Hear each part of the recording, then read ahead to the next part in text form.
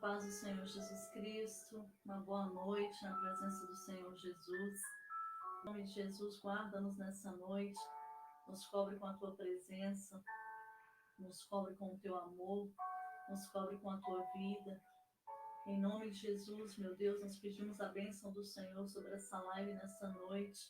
Oramos para que as mãos do Criador remova, Senhor, tudo aquilo que não agrada o teu Espírito Santo. Pai, que o Senhor nos cerque com a cerca viva, que o Senhor repreenda todo pensamento maligno, todo sentimento contrário, que o Senhor repreenda toda seta e que o Senhor nos ajude nessa noite a completar, Senhor, o que nós começamos. Senhor, falando, meu Deus, da glória do Senhor, meu Deus, falando da tua presença e ensinando o teu povo sobre os últimos dias, em nome de Jesus. Glória a Deus, irmãos, porque nós cremos que o Senhor vai falar conosco. Glória a Deus. Nós pedimos ao Espírito Santo que nos ajude nesse tempo. E nós estamos falando sobre a grande tribulação. Nós vamos dar uma resumida no que nós já falamos até aqui.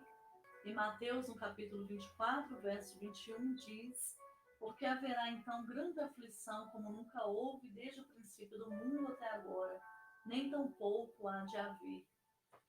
Em Sofonias 1, de 14 a 18, diz: o grande dia do Senhor está próximo e logo vem. Ouçam, o dia do Senhor será amargo, até os guerreiros gritarão.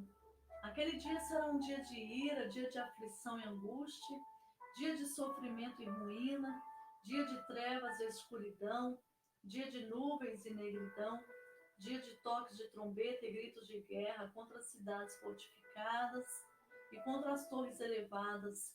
Trarei aflição aos homens, andarão como se fossem cegos, porque pecaram contra o Senhor. O sangue deles será derramado como poeira e as suas entranhas como lixo. Nem a sua prata nem o seu ouro poderão livrá-los no dia da ira do Senhor, no fogo do seu zelo. O mundo inteiro será consumido, pois ele dará fim repentino a todos que vivem na terra. Em Apocalipse 6, até Apocalipse 9, vai nos mostrar quando João ele começa a ter a visão dos anjos do Senhor sendo liberados. Sendo liberados para quê? Para esta grande tribulação. Os anjos do Senhor sendo liberados até mesmo para destruir parte da terra. E naquela visão também, ele viu os mortos, aqueles que foram mártires, aqueles que sofreram por amor de Cristo. Ele via as suas almas debaixo do altar e eles gritavam dizendo: Senhor, vinga o nosso sangue. E Deus falava assim: espera um pouco. E eles estavam vestidos com vestes brancas. João também viu 4 anjos que estavam nos 4 cantos da terra detendo o vento. E eles estavam sendo liberados para danificar a terra. E um anjo disse assim: olha, espere, não libere ainda essa danificação, parafraseando, porque nós ainda vamos marcar a testa daqueles que são servos do Senhor. Então isso é tremendo, é maravilhoso, nos mostra que nós, que somos servos do Senhor, somos selados sim, somos marcados por Deus, e na grande tribulação, muitas pessoas que ficaram para trás se arrependerão e serão marcados por Deus nas suas testas. João também viu o anjo do Senhor subindo com as orações dos santos no seu incensário. E ele levava essas orações em um incensário de ouro e colocava em cima de um altar de ouro. E quando o incenso subia, que era a oração de todos os santos, o Senhor liberava sobre a terra fogo, trovões e relâmpagos. Isso significa, irmãos, que a minha e a sua oração não tem sido em vão. Então, o apóstolo João, ele foi tendo visões de Deus, e esses capítulos são maravilhosos, porque eles mostram multidões cantando e exaltando aquele que vive e reina para sempre. E havia uma multidão vestida de branco, com palmas nas mãos, que João perguntou assim: quem são esses vestidos de branco? E o Senhor mesmo respondeu: estes são aqueles que foram salvos, né? Aqueles que vieram da grande tribulação. Então, na grande tribulação, as pessoas que ficarem aqui, as pessoas que forem salvas, né? De fato, haverá um lugar para elas no céu. Né? Muitos se arrependerão, né? Vão se lembrar e dizer assim: não, mas eu brinquei com Deus, eu brinquei com a palavra, eu não acreditava nisso, eu nem imaginava que isso ia acontecer, mas essas pessoas se arrependerão sim e serão salvas. Então, muitos estudiosos dizem que após o arrebatamento dos salvos haverá um período tribulacional. Outros afirmam que será o inverso, que o arrebatamento será depois da tribulação, né? Mas nós cremos que o arrebatamento será antes da tribulação, sim. Pelo amor de Deus, que é o nosso Pai. Nós sabemos que nós cristãos poderemos até passar por um momento de dificuldade, de perseguição, mas que na grande tribulação nós cremos que nós somos da vertente de crer de que antes da grande tribulação nós seremos arrebatados, né? Então, assim, quando a primeira etapa da tribulação tiver início, as pessoas estarão assustadas com os últimos acontecimentos, né? Especialmente com o desaparecimento de milhões de indivíduos em todo o mundo e a ausência de familiares, amigos, conhecidos vai impactar desmensuradamente os que não tiverem sido arrebatados. Então, aquelas pessoas que ficaram aqui neste mundo, elas ficarão extremamente assustadas, porque as pessoas serão arrebatadas, e elas ficaram. Depois, se vocês quiserem ouvir uma revelação que um pastor teve lá pelo ano de 1800, mais ou menos, ele mostra exatamente esse impacto, né? Esse vídeo está no YouTube, o nome dele é A Última Trombeta, né? Ele relata uma visão. Então, irmãos, quando o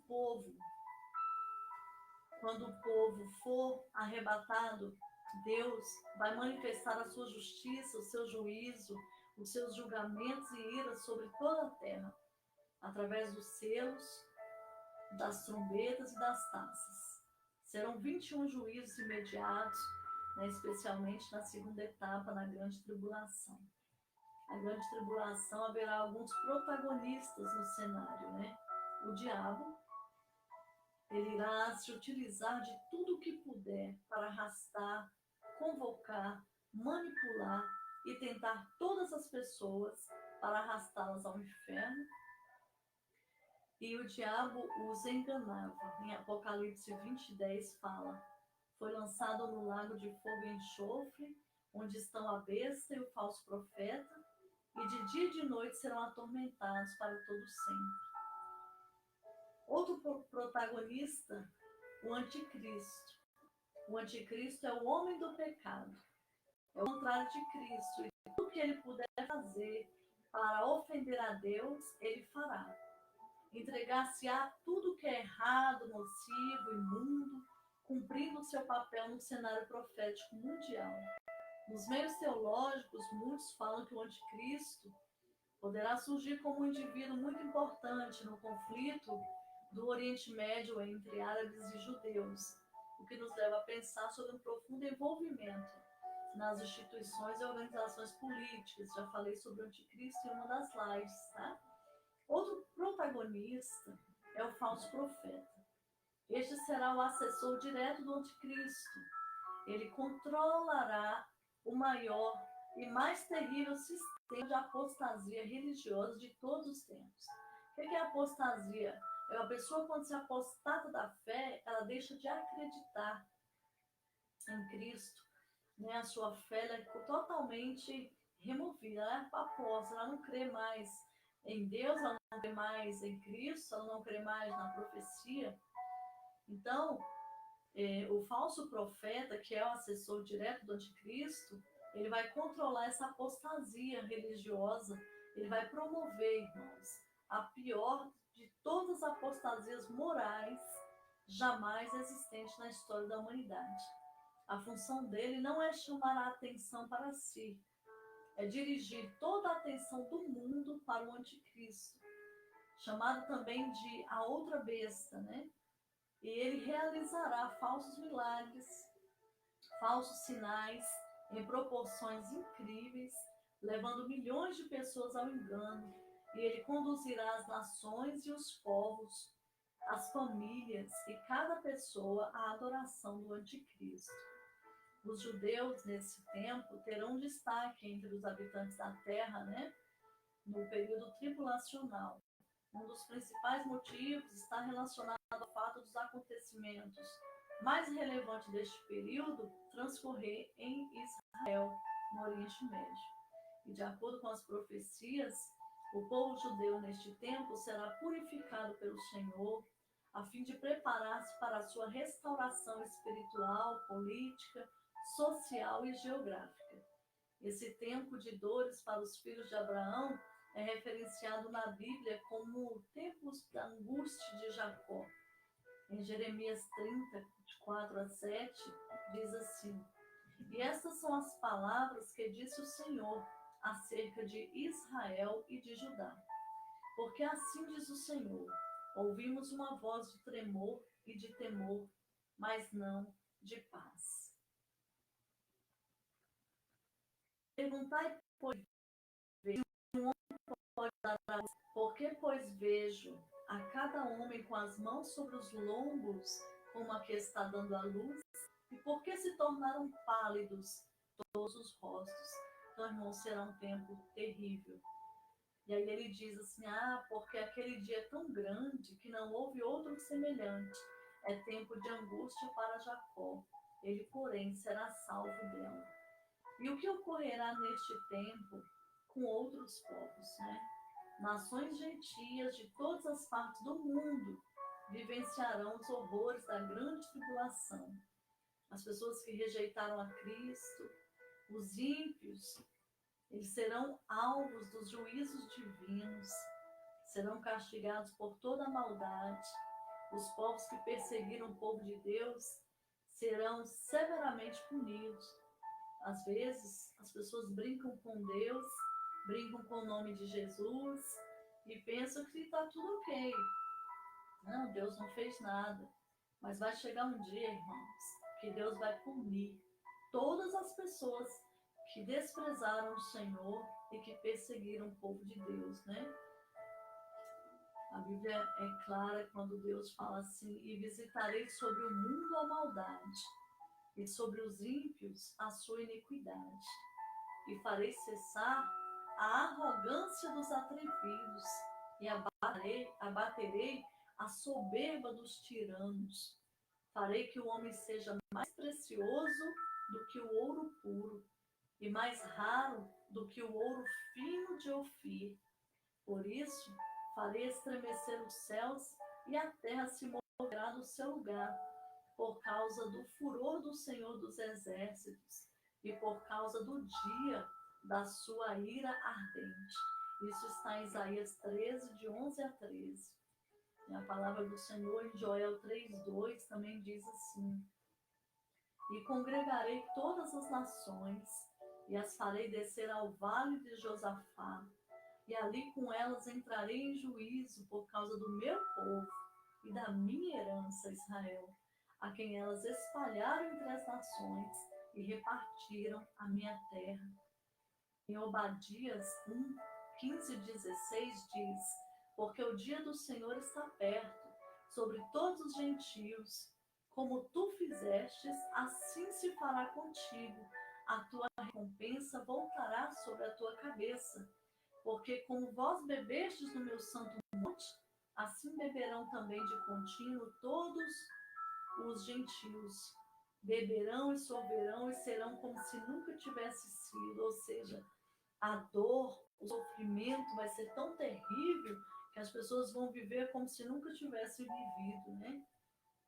E a grande tribulação, irmãos, será um período de sofrimento inigualável na história. As aflições desse tempo jamais foram vividas pelos homens em toda a sua história. E a grande tribulação serve a alguns propósitos, né, dentre os quais se destacam fazer com que Israel reconheça o Messias verdadeiro, Jesus Cristo, Senhor. Nós sabemos que muitos judeus ainda estão esperando o Messias, né? E na grande tribulação, os que ficarem precisarão reconhecer o Messias verdadeiro. A palavra do Senhor diz assim: vivo eu, diz o Senhor Deus, que com mão forte e com braço estendido e com indignação derramada, hei de reinar sobre vós. E vos tirarei dentre os povos, e vos congregarei das terras, nas quais andais espalhados, com mão forte, com braço estendido e com indignação derramada, e vos levarei ao deserto dos povos, e ali, face a face, entrarei em juízo convosco, como entrei em juízo com vossos pais no deserto da terra do Egito, assim entrarei em juízo convosco, diz o Senhor Deus. Também vos farei passar debaixo da vara, e vos farei entrar no vínculo da aliança. E separarei dentre vós os rebeldes, os que transgrediram contra mim. Da terra das suas peregrinações os tirarei, mas da terra de Israel não voltarão. E sabereis que eu sou o Senhor. Que tremendo. Ezequiel 20, 33 a 38. Irmãos, quando Deus tem algo para fazer, Ele faz.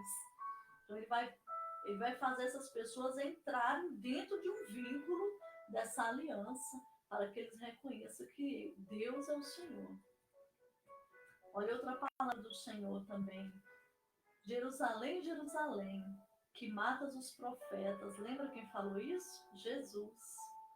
Porque Jesus veio para os seus e os seus não receberam.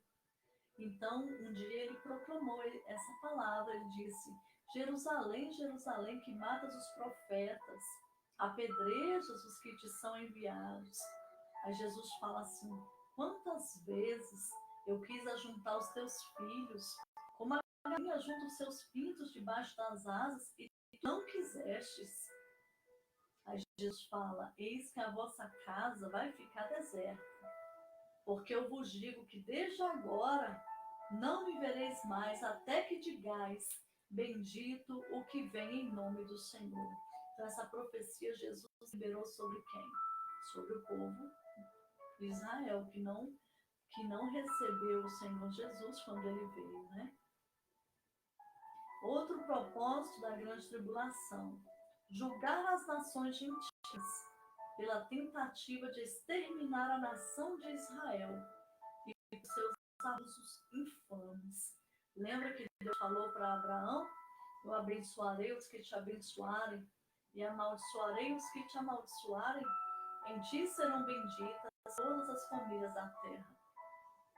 Gênesis 12, 3. Então o Senhor não se esquecerá dessa promessa. E ele vem julgar as nações, porque tentou exterminar a nação de Israel com muitos abusos. A história de Israel é uma história assim, bem difícil, né?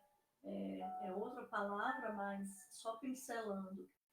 Em muitos momentos o povo de Israel pecou contra Deus e Deus permitiu que nações tivessem o poder, o governo sobre eles, levaram eles cativos, eles sofreram muito, né? Mas nesse dia aqui, o Senhor vai julgar também essas pessoas que maltrataram o povo dele, apesar dele ter permitido, mas ele é um justo juiz. Amém?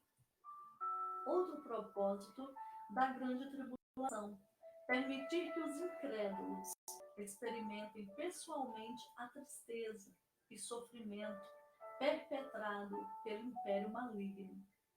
O império maligno é administrado por Satanás, o anticristo e o falso profeta, né? São os três protagonistas da grande tribulação. Então, o Senhor vai permitir a tribulação para que as pessoas que não acreditaram em Deus, né, que são os incrédulos, eles vão experimentar pessoalmente a tristeza que vem, né, de Satanás, do anticristo, do falso profeta. E o outro porquê da tribulação, da grande tribulação, é o derramamento da ira de Deus, irmãos, sobre todos que rejeitaram o Evangelho, né?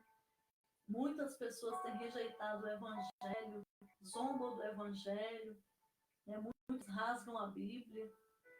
Muitos criticam a Deus, né? E vai chegar um dia que vai vir um grande derramamento da ira de Deus sobre todos os que rejeitaram o Evangelho, né?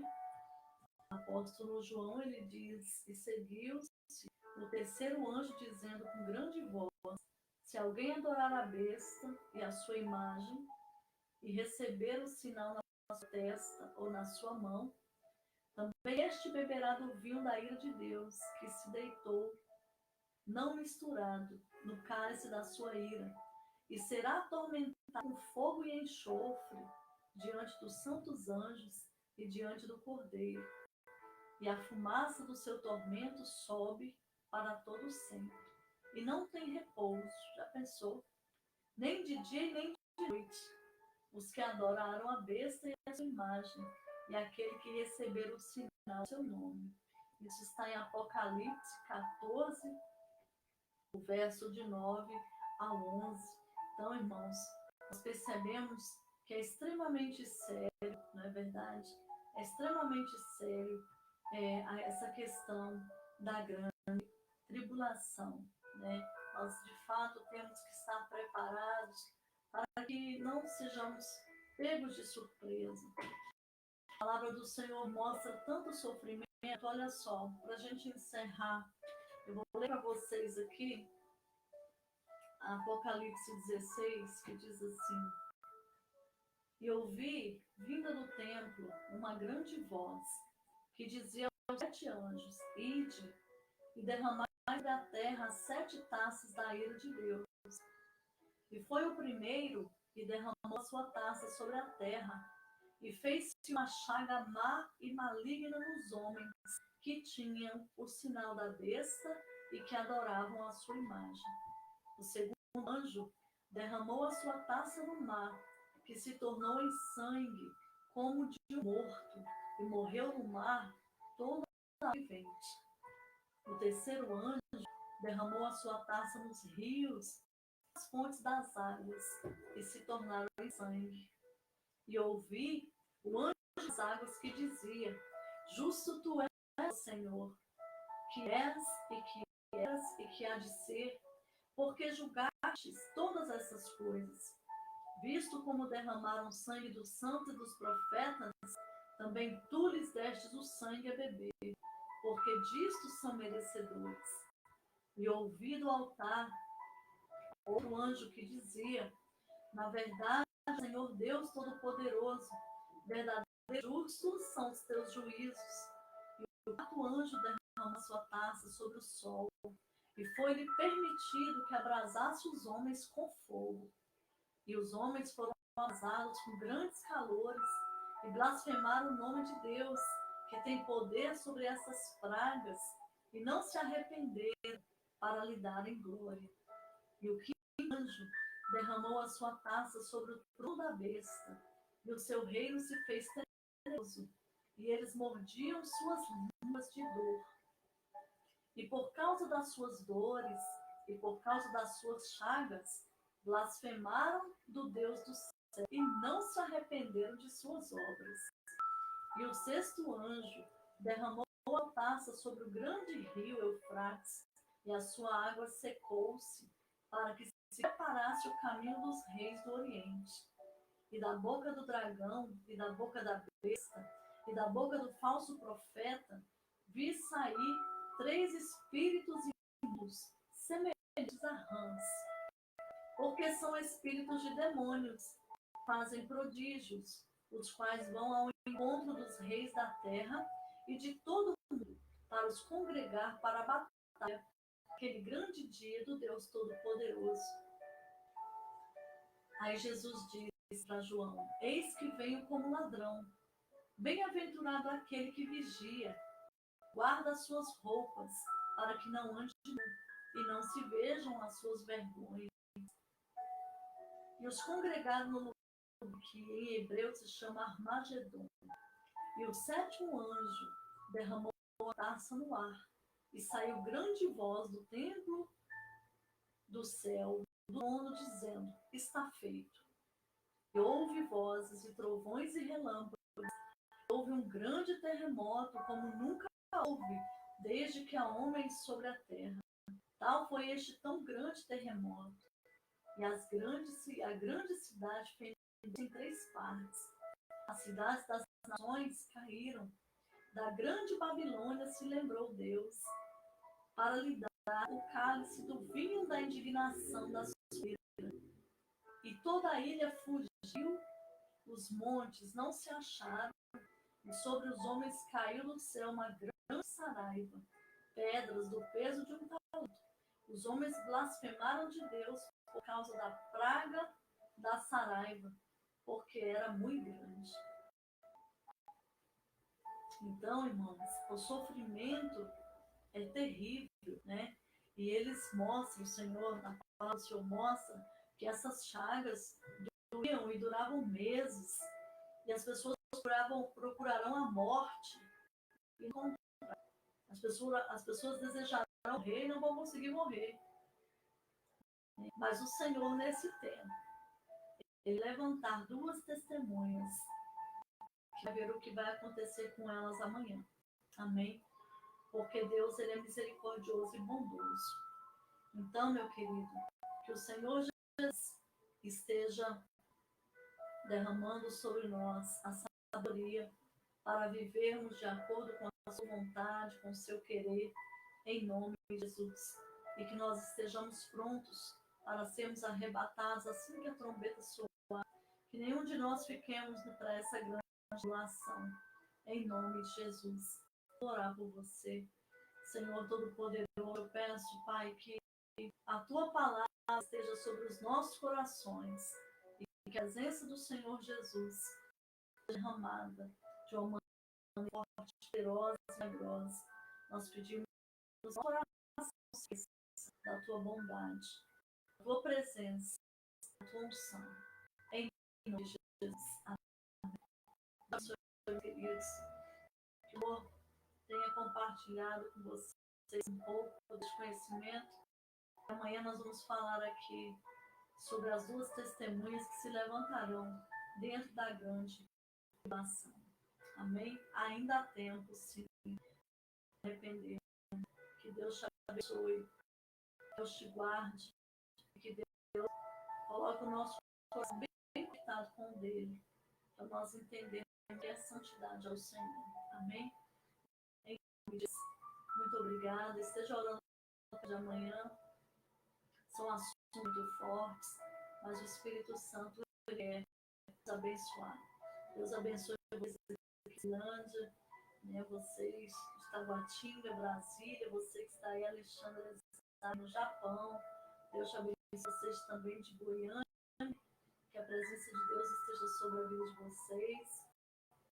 Todos os pastores, enfim, todos que estão se alimentando da verdade, seja muito abençoado, viu? Muito obrigada.